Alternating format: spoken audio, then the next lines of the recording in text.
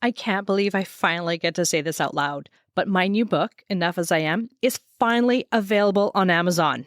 This is a project that's been living in my brain, in my heart for a really long time. And now it's finally real. You can actually hold it in your hands and scribble in it and put dog ears. You get the idea. Enough as I Am is a workbook that's designed for anyone who is on a healing journey, especially if you've ever struggled with people-pleasing, chronic guilt, self-abandonment, overgiving, or just a desperate urge to fix everything and everyone but yourself.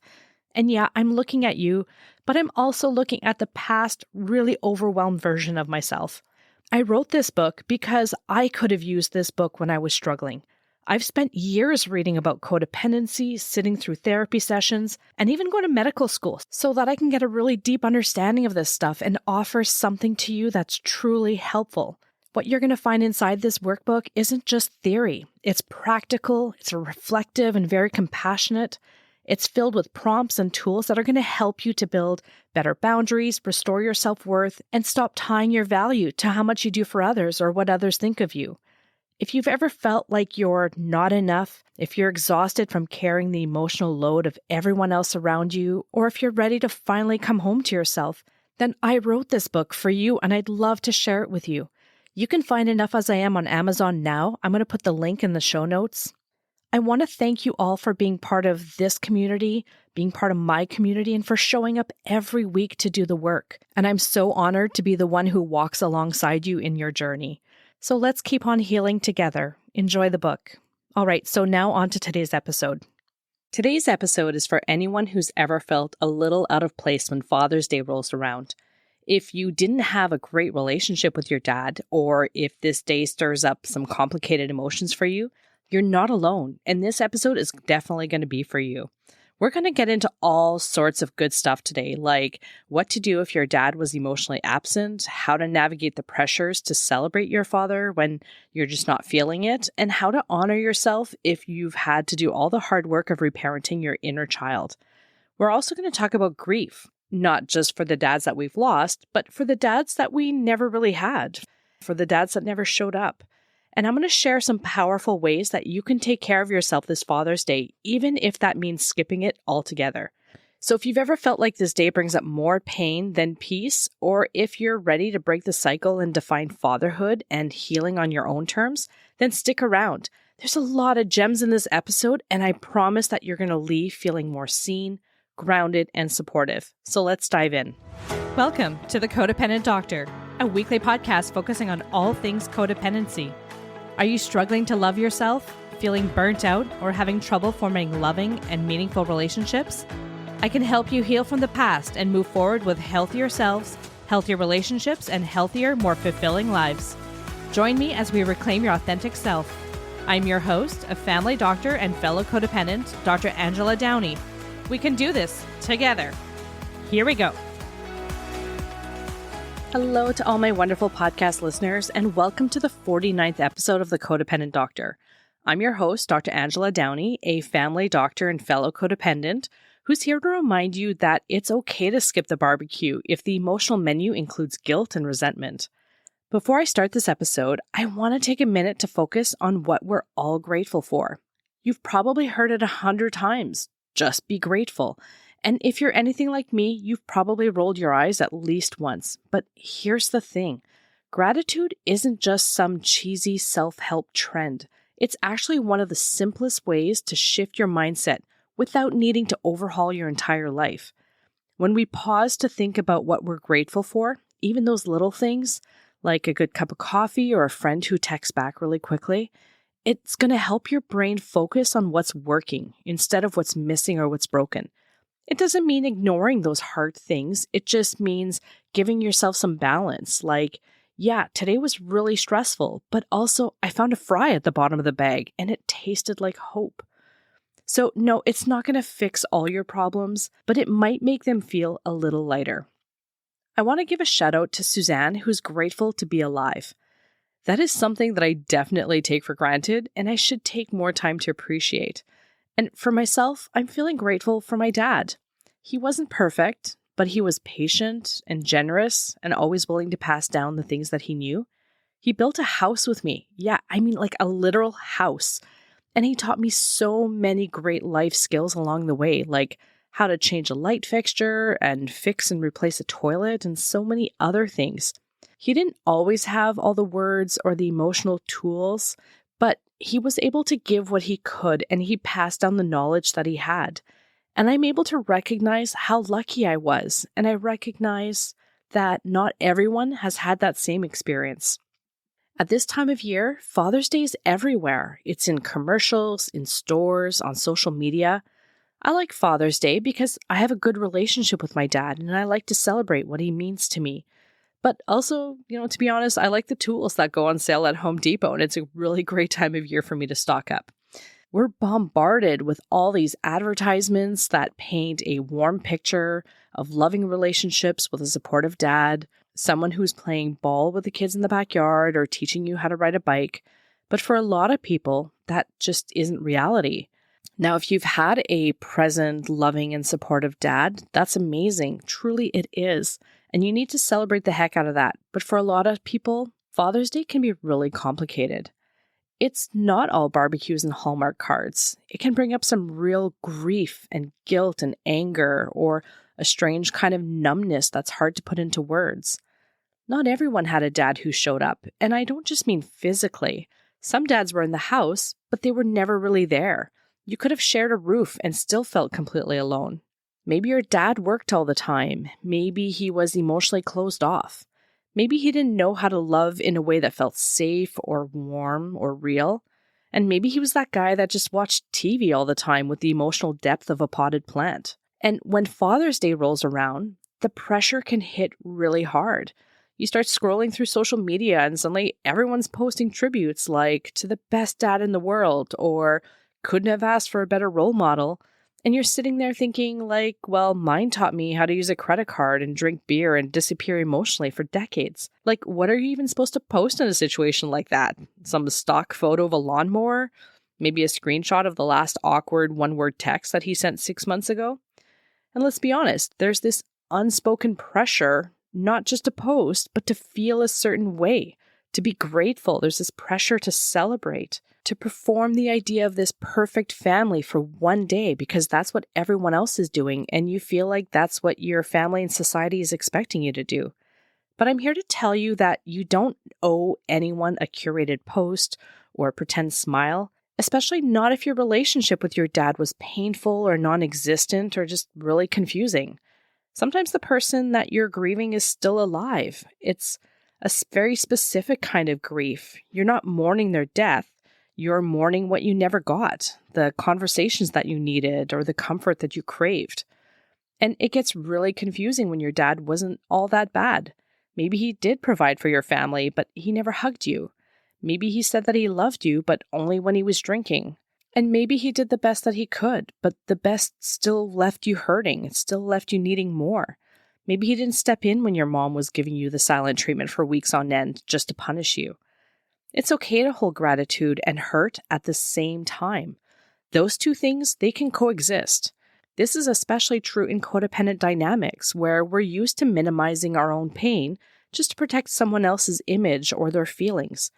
We tell ourselves things like, well, he tried, or he's had a really hard life too. And those things can be true, but so was your experience.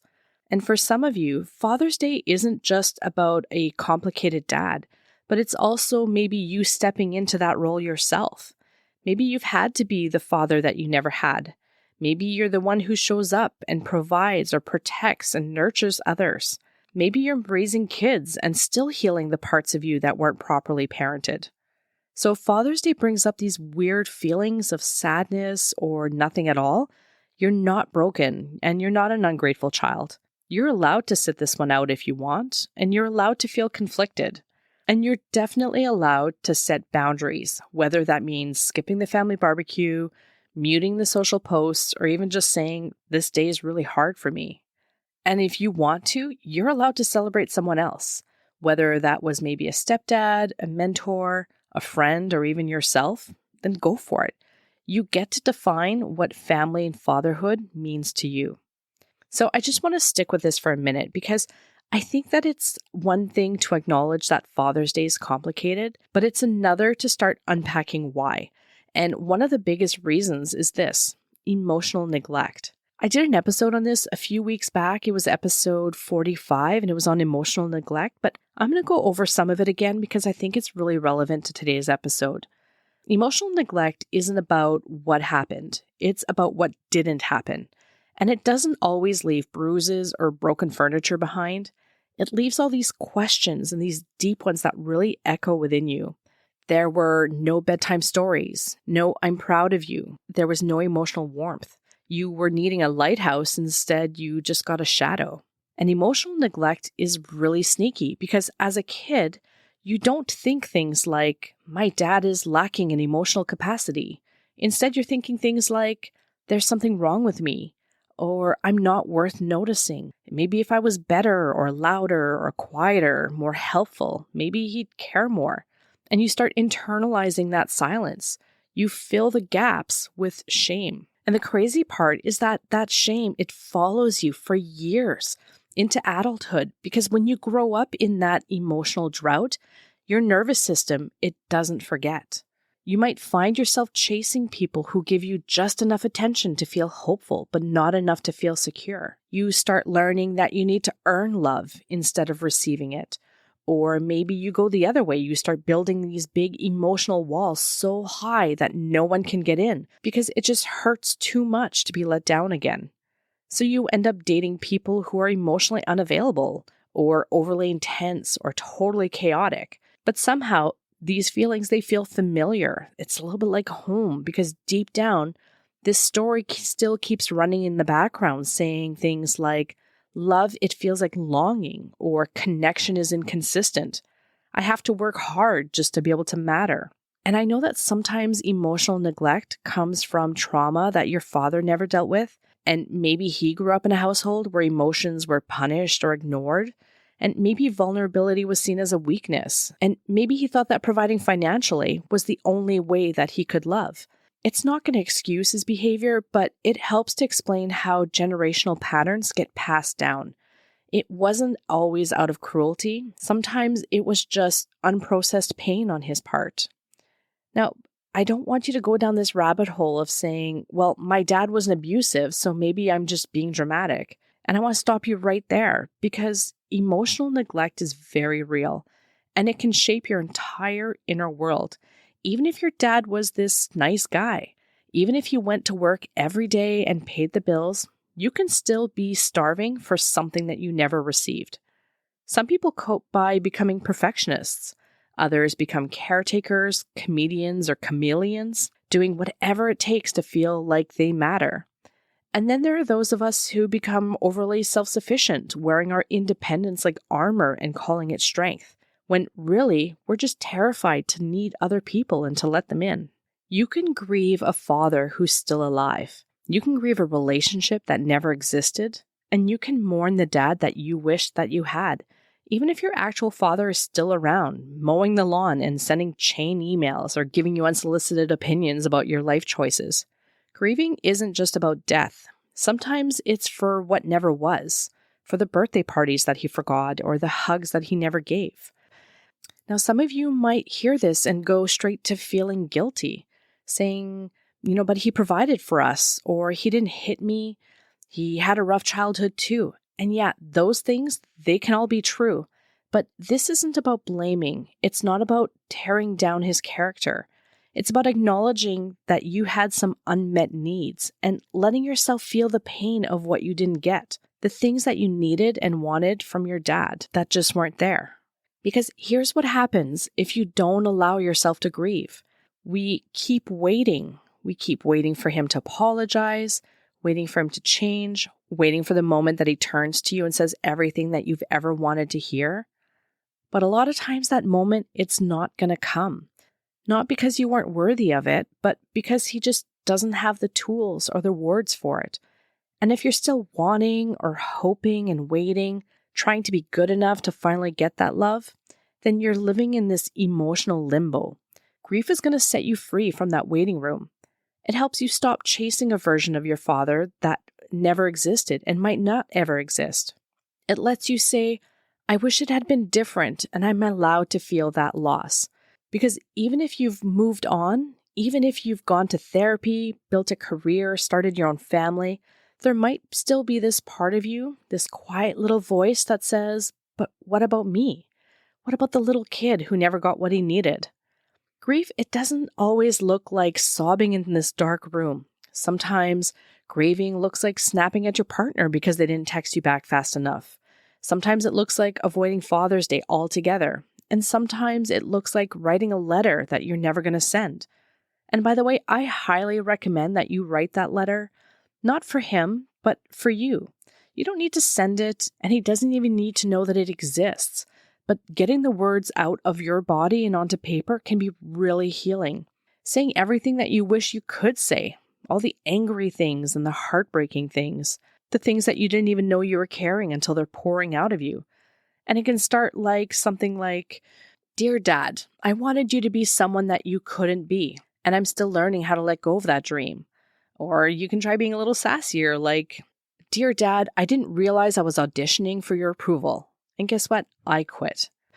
Grieving the father that you never had is an act of love for yourself. It's saying, I deserved better, and I'm allowed to miss what I never had. I don't have to keep pretending that I'm fine just because he's still breathing.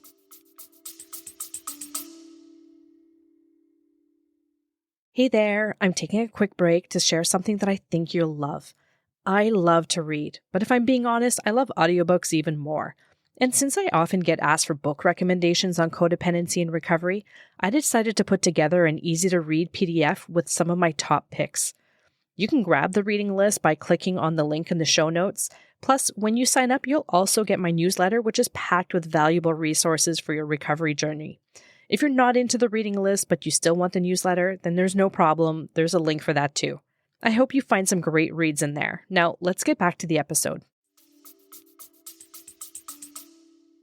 Healing doesn't mean that you forget or that you excuse or deny. It means that you acknowledge the truth and keep going anyway. So after you sit with that grief, after you name what you never got, something kind of powerful is going to happen. And you're going to start to wonder, does it really need to be this way? Does fatherhood always have to be tied to emotional distance or silent suffering? What if we could just rewrite the script? Because a lot of men were never taught how to process emotions. They were taught that strength meant stoicism, that crying was weakness, that vulnerability made you soft, or worse, it made you a liability. You were potentially raised with phrases like, man up, or don't be a girl. Real men don't talk about their feelings. Or maybe you were never told not to cry, but you never saw your dad cry or show emotions either. Maybe your tears were met with annoyance, or they were dismissed. And if you grew up hearing those things directly or indirectly, it makes sense that emotional availability didn't show up in your household. It's not that your dad didn't care, it's that no one ever showed him how. And that's called generational silence. It gets passed down like some family recipe for emotional constipation. No one talks, no one names things. Everyone just mows the lawn aggressively and calls it bonding. But here's where we're going to break the cycle. We don't have to keep repeating what was modeled for us. Because masculinity, as it's been defined for so long, is just too narrow, too rigid, and honestly, it's really exhausting.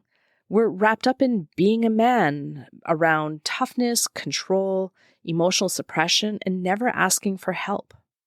And yet, so many men are quietly drowning under all that pressure. So let's redefine it. Let's expand what it means to be a good man, a good father, and a good human. Because vulnerability is not weakness, it's courage. Presence is more powerful than perfection. Consistency is going to speak louder than any grand gesture. Your kids don't need you to be a superhero.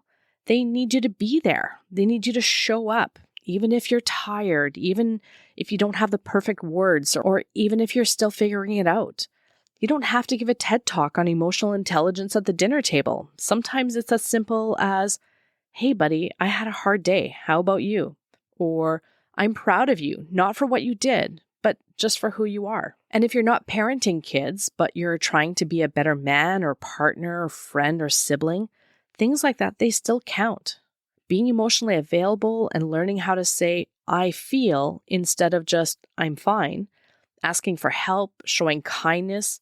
That's the new masculinity. And that's what strength actually looks like. Of course, we're still in a world that celebrates the old model. You might still hear things like, he's such a strong, silent type, or he never complains, he never cries, never shares. What a rock. And sure, rocks are really strong, but they're also cold and immovable and really hard to hug. So maybe instead of being a rock, you get to be a human. You get to be messy and real and soft and gooey in certain places. You're capable of growing, of apologizing and saying, I don't know, but I want to do better. Look, no one is born knowing how to parent well, especially if you didn't have a really good role model. But every choice that you make now, every time that you pause before reacting, every time you listen instead of lecture, and every time you say, I love you with eye contact instead of just tossing it over your shoulder like some spare sock, you're writing a new story. You're showing the next generation that love doesn't have to look like stoic silence and buried emotions. It can look like warmth, like gentleness, like actually being there. Now, I know you're wondering, what do I know about being a man? I don't. But I am seeing a new trend where men are being more emotionally available. I've been listening to a podcast called Behind the Shades with Terrain, and I just have to say that I really appreciate how vulnerable he's willing to be on his show. He's in tune with his feelings, and he's not afraid to communicate them openly. And it's really rare to hear that kind of emotional honesty, especially from a male host, and it really stands out. So if emotional vulnerability is something that's foreign to you and you feel like you've already messed up, then join the club. You're not alone, I can assure you of that. Perfection isn't the goal here. Presence is, and you can always start again. So whether you're parenting kids, reparenting yourself, or just trying to unlearn those outdated rules that you were handed down, know this. You're allowed to redefine what it means to be a man. You're allowed to lead with softness, not shame, and you're not less of a man for being emotionally available. So after talking about redefining fatherhood and masculinity, about showing up in new ways and breaking cycles and leading with presence, it brings me to something else that's really important. That's you. Because maybe you didn't have the dad that you needed, and maybe you're not a father yourself. But if you've been doing the hard work of healing, especially if you've had to reparent yourself, then this day, Father's Day, can be about you too. And I mean that. If you've had to be your own comforter, if you've had to unlearn shame and rebuild self-trust and speak kindly to yourself for the first time ever, that takes strength, and it takes presence, and it takes showing up. You've become the parent that you needed, and that deserves to be honored too. Honoring yourself on Father's Day doesn't have to look like a big dramatic gesture. You don't need to rent a hot air balloon that says, I'm proud of you, inner child. Unless you really want to. In that case, please send me some photos. It can be something quiet, something gentle, a ritual or a moment that says, I see you and I'm proud of how far you've come. Maybe it's going for a solo walk and listening to a playlist that reminds you of your own growth. Maybe it's writing yourself a Father's Day card that says all the things that you wish someone had said to you growing up. Maybe it's just sitting in silence and letting yourself feel whatever comes up and choosing not to judge it. Or maybe just skip the day entirely. You don't have to participate in a holiday that doesn't speak to your experience. You don't owe a social media post.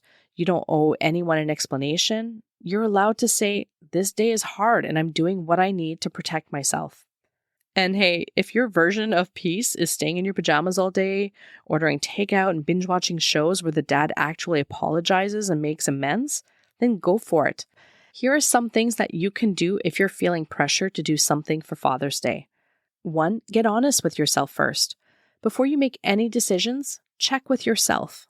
How do I feel? What do I need? What's driving this pressure? Is it guilt, fear, or obligation? Clarity here is going to be really powerful, and you're allowed to want distance. 2, you need to do what's right for you. Seriously, you don't need to keep putting yourself in uncomfortable situations just to make someone else happy. It's not your job to regulate someone else's emotions at the cost of your own well-being. If seeing your dad feels more harmful than healing, you can say, this day is difficult for me. I'm choosing to take space. I'm not up for a visit today, but I hope you're having a good day. I'm focusing on my own healing, and that means setting a boundary right now. You don't owe anyone a performance or a reason that you think that they're going to agree with. 3, let go of the guilt. Guilt often shows up when we break patterns or challenge expectations. But guilt doesn't mean that you're doing something wrong. It often just means that you're doing something different. Our parents are responsible for dealing with their own emotions, just like you're responsible for dealing with yours. You might feel like you're being selfish, but you're not. You're just practicing self-respect. 4, you can offer an alternative connection if you want to. If cutting off completely feels a little bit too drastic, you can offer something smaller or different. Maybe a short phone call instead of a visit, or a simple message or a card. Maybe try meeting on a different day that feels a little bit less emotionally loaded. You're allowed to prioritize your peace. Father's Day doesn't have to mean abandoning yourself to make someone else feel comfortable. You don't need to set yourself on fire just to keep your dad warm. You're not being selfish for protecting your energy, and you're not bitter for telling the truth about what you've lived through. You're not too sensitive for needing a different kind of celebration or no celebration at all. You're honoring yourself, your experience, your growth. So if no one's told you this yet, I'm really proud of you. Not for being perfect, not for holding it all together, but for waking up and choosing to keep going. For choosing to show up for yourself in small, consistent ways, and for doing the work that no one else can see, but that changes everything. So this Father's Day, whether you're spending it with family, avoiding social media, lighting a candle for someone that you've lost, or just taking a nap, make sure it's your version. You get to decide what feels right. You get to decide what honoring looks like and who you're going to honor. And if that means turning your phone off, eating pancakes in bed, and saying Happy Father's Day to me while watching a YouTube video about nervous system regulation, then I fully support that.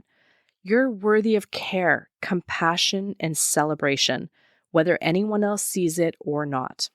I'd really appreciate it if you could be so kind as to follow me and maybe leave a comment for the show. I also invite you to write a letter to your dad unloading all of your pain, the hurt that he's caused, the times where he wasn't there to back you up or to tell you that he loved you. You can bury that letter, or you can send it to me if you want. I'm going to keep your secrets safe, so you can send that to codependentdoctor@gmail.com. I'm most active on Facebook at The Codependent Doctor and Threads and Instagram at Dr. Angela Downey. I wish you all a great week as you learn to foster a better relationship with the most important person in your life, yourself. I'm going to meet you here next week for another episode of The Codependent Doctor, when I'm going to be talking about rebuilding trust after conflict. Take care for now. You've got this. Thank you for joining me, and I hope today's podcast resonated with you. Click like and subscribe so you don't miss any future episodes and to help others who might benefit. This podcast is not meant to provide medical advice and should not replace seeing your doctor for mental health concerns. If you're having a mental health crisis, please present to a hospital, call 911 or your local crisis helpline. I'll talk to you next week for another episode of The Codependent Doctor. We can do this together.